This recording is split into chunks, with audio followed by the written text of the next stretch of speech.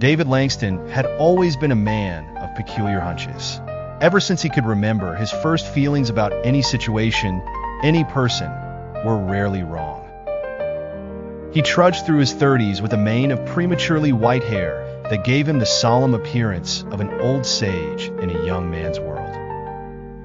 His friends teased him about his psychic hair, claiming it was an antenna for his mystic insight. Little did they know how close they were to the truth.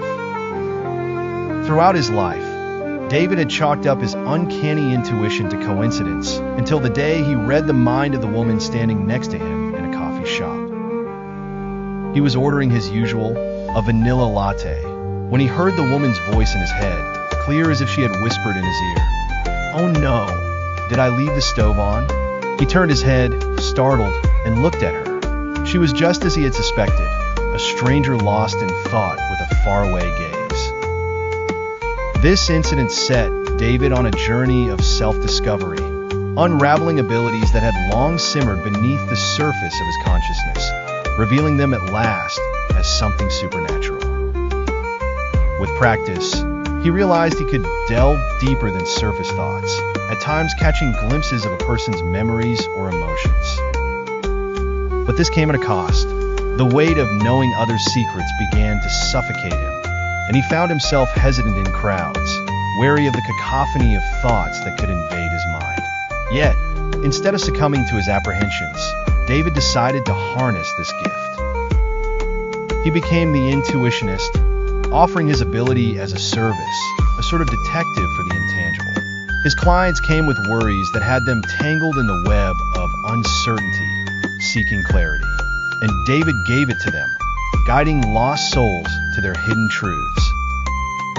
As he unraveled the nuances of his powers, he understood that this ability, which had once isolated him, now connected him to others in remarkable ways.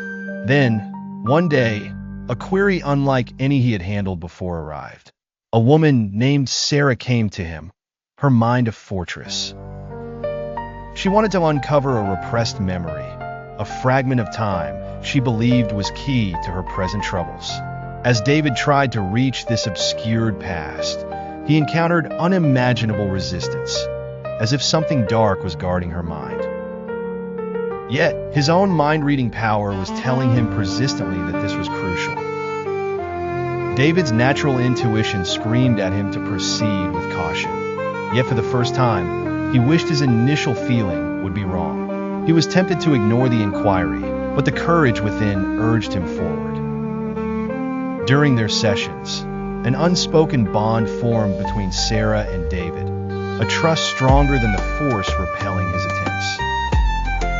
Step by step, thought by thought, David helped Sarah pass through that mental barrier. The truth, when revealed, wasn't an immediate comfort.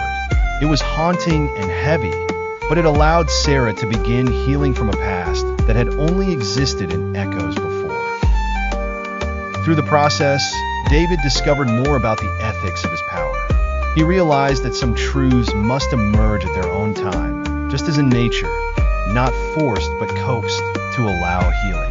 In the end, David understood that his ability was both a gift and a responsibility.